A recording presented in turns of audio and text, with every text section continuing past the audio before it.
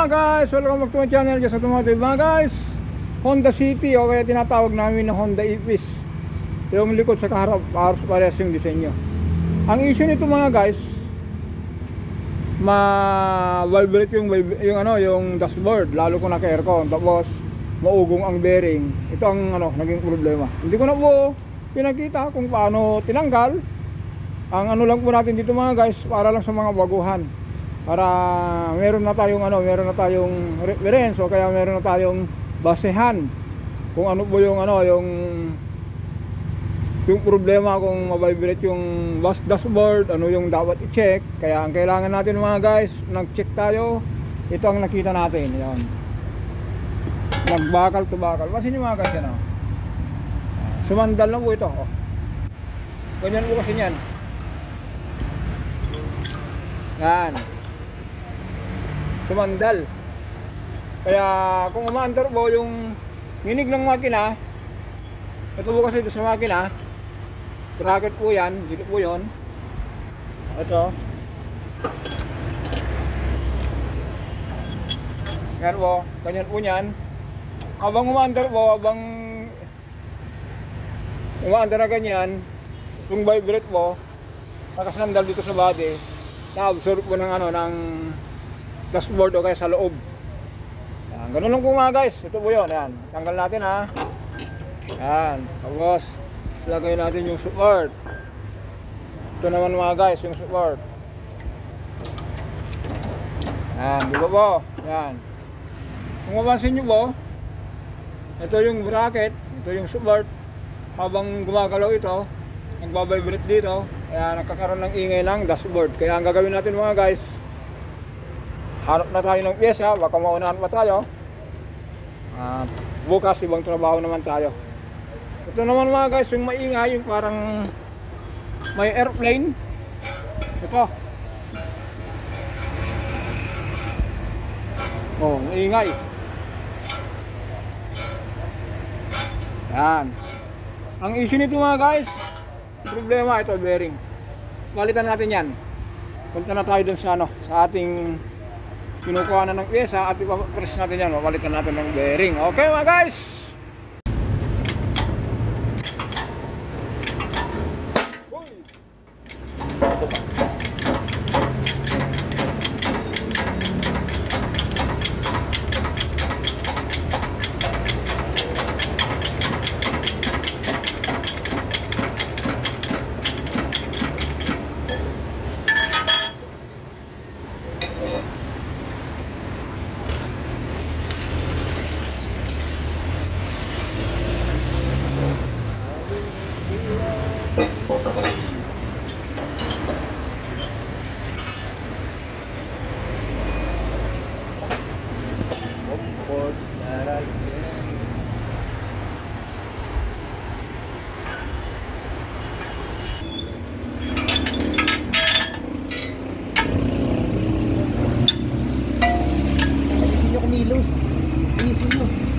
Pwede, naka-live.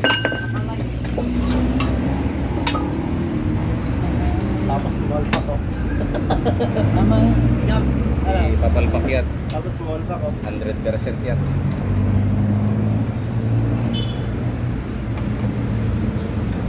Yun. Sakto. Nako. Yung bra. Tumalpak. Sabila nga yung bago Kinuha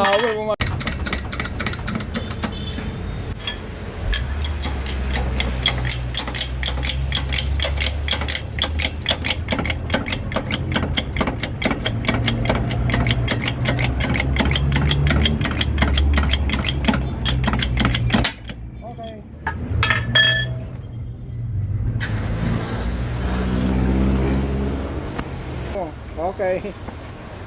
Mga tiradang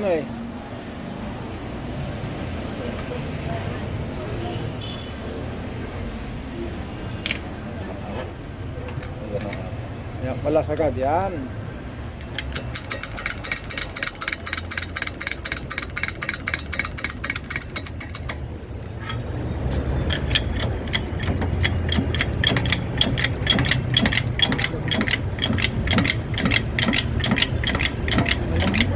Yan. Ito meron yan.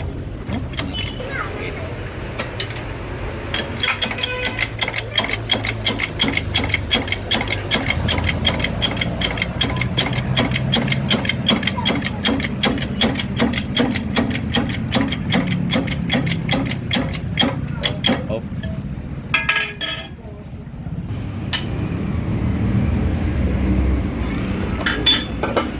Mga guys, dito na tayo sa shop. Di ba kanina, nung iniikot natin yung bearing nito, di ba maingay kanina, no? Yan o, tayo ngayon. Hawakan mo nga to, sir. Dito ka. Dito lang lang, yan. Kanina mga guys, kaninang di ba tayo, no? Di ba galing tayo sa machine shop, pinapalitan natin ng bearing. Ito yung maingay. Ito ngayon, wala na, tahimik na. Lalaki maririnig na grrrr, grrrr. Yan. Tapos mga guys, yung support, ito ba, kung pag-compare natin, makikita nyo po yan, ito mababa, ito mataas na. Tapos, ito po yun eh. Ngayon kung salpak natin yan, ganyan po siya. Kita nyo po yan, nakasandal na. Kaya yung dashboard, vibrate. O, lagyan natin yung bago.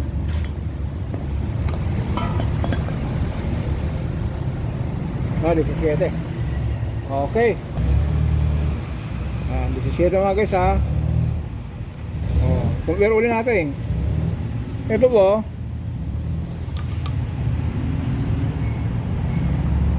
Ito pandak na, lumubog. Ito na costly. Kaya kung salwak natin yung ano, yung sobra ito, tumatama ito. Yan o. Di ba nakadikit? So ngayon lagyan natin yung bago.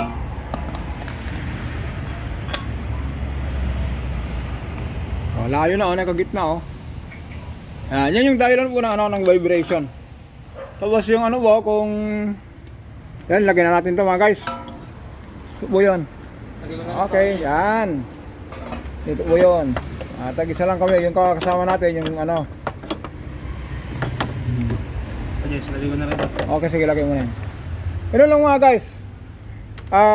Alam nyo naman po kung paano ko yung mga video ko po medyo malabo minsan, hindi kompleto, pero minsan po sinasabi ko po, direct to the point pa lang tayo, yan o. Nakagitna. Kasi nyo po yan o, gitna.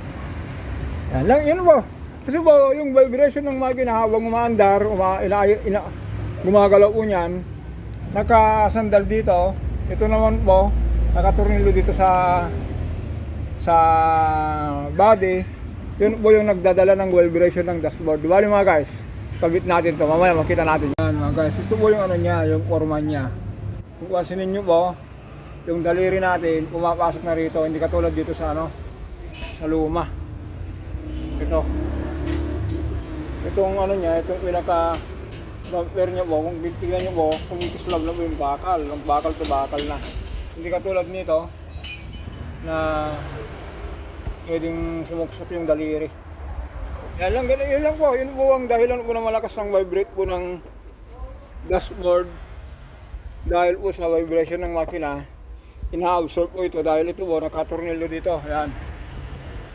Ito. Saka yung dalawa na yan. Habang binabayo ng makina yung vibration po ito, nakasanggal. Kaya damang-dama po sa dashboard. Okay, ganun lang mga guys. Vibration lang po sa support, tapos yung ugong po, yung support. Yung bearing. Ito. Bearing, vibration lang ang sunod lang ito. Okay mga guys, hanggang dito lang po tayo. For the next video, abangan nyo mga guys yung Trailblazer. Bakit nagbabawas ng kulang. Bye bye!